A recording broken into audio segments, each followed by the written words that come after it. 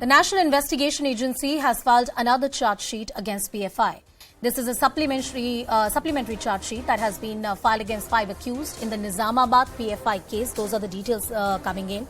The details are that on completion of further investigation into the case pertaining to criminal conspiracy, which was allegedly hatched by PFI, its leaders and cadres, the conspiracy was to recruit and radicalize youth and organize training camps to put them through arms training for carrying out acts of terror and violence. This is exactly the reason why the organization was banned.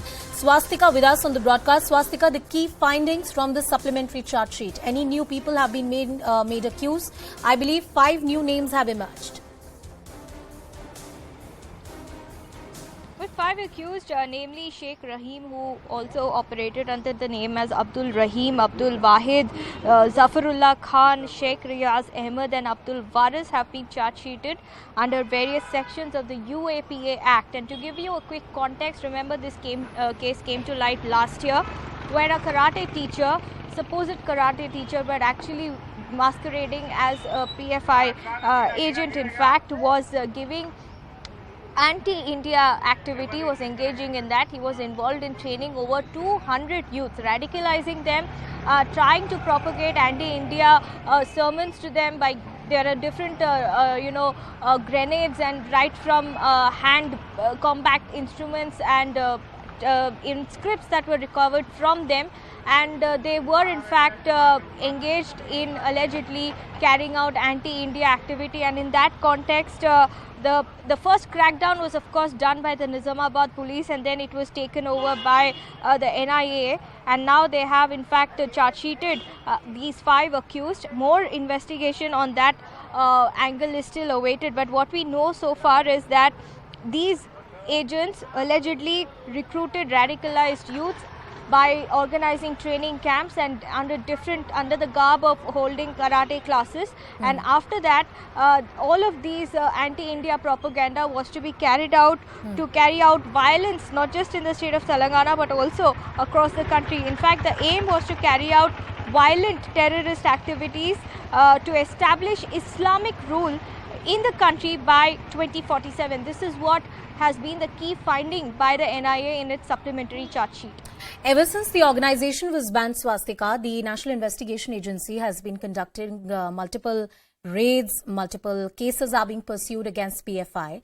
Could you give us a broad overview what the Nizamabad PFI case is all about, how it started, and what is the overall alleged conspiracy in this case?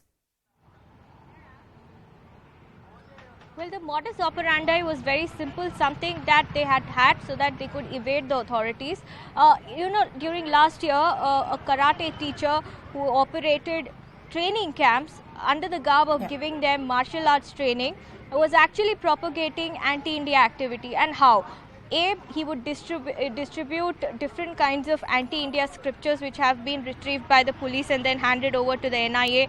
The other aspect is that a lot of hand combat instruments. So in total, more than 200 youths, according to the police, were radicalized, and these people had come in from different parts of the country.